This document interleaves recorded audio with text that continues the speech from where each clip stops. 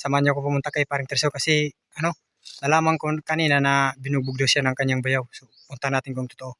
So, tara. So kung totoo talaga na binubog siya. Kasi binubog daw siya ng ano, ng kanyang bayaw. So, tanungin natin kung bakit siya binugbog. So, dito pasokin natin, guys. Pare, asan ka? Sa kwarto. Bakit? Kasi may... So, ito yung bahay niya, guys. Oh. So, pasokin natin na sulog siya. So, ayan, oh.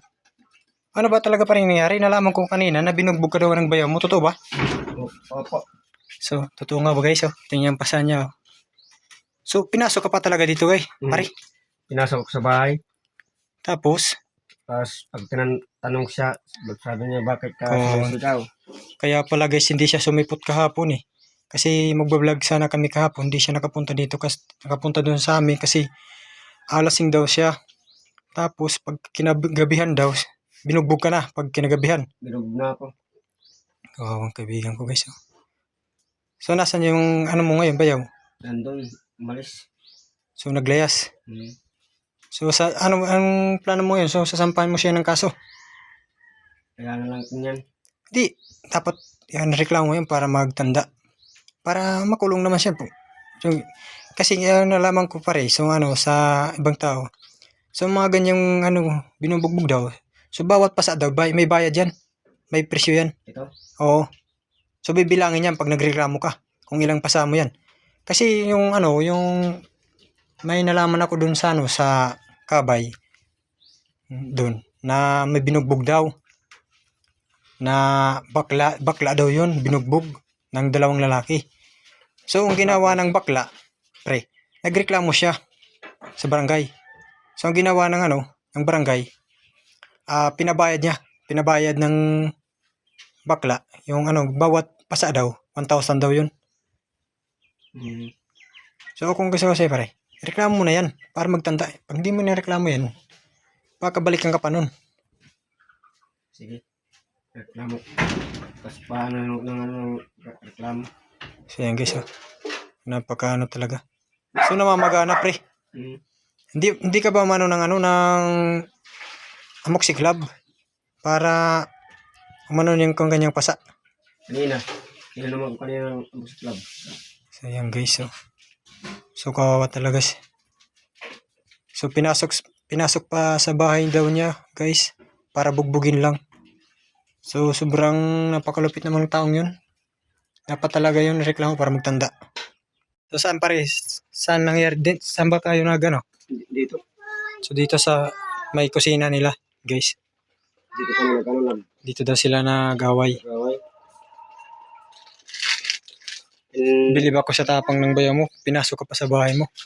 Para nabugbugin ka lang. Hindi ako pumalag kasi ilasing ako. So, nagpaano ka na sa doktor yan, pre? Wala pa. So, ano ka na para bigyan ka ng gamot. Sa ano, sa balangkayan. Kasi alam ko sa kanya, may galit sa akin din. Siya kasi nung nakulong siya, ako pinagbintangan. So, Nalo siya ng paril.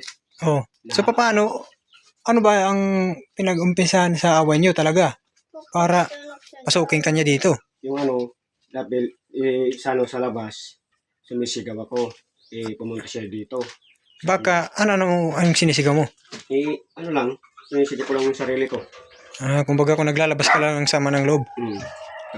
Tapos bigla siyang pumasok sa bahay mo tapos para bugbugin lang. Sabi niya, bakit yung sumisigaw? Wala naman, wala ko namang sinasabi ng mga tao na kaaway ko, wala ko namang kaaway dito. Pagkatapos, dress siya action. Pag action niya, edi hinawakan ko yung katawan niya para hindi ako mabugbog. Paglapag namin dito, doon ako nadali. Hindi ka na nakatayo. Kasi lasing ako. Yan kasi yan pare yan ang patatandaan mo. Huwag mo nang masyadong lalasing. Tulad ngayon, kagabi nangyari sa inyo. So, hindi ka na nakalaban kasi masyadong lasing ka. So, kung hindi ka masyadong lasing, hindi nakalaban ka nun. Kasi pag hindi ako lasing, hindi lumalaban ako sa kanya. Hmm.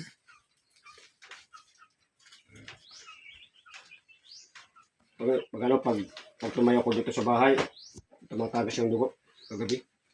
So guys, so ngayon hindi na doon siya dumudugo dahil kagabi pa yan. Kagabi pa yan nagkasugat siya kasi kagabi sila nag-away. So yung dugo dyan, so binura na ni nung kumari ko. Kami lang tao dito, si yung asawa ko, saka si Moises, yan. Yan yung mga anak niya, tsaka yun ang asawa niya.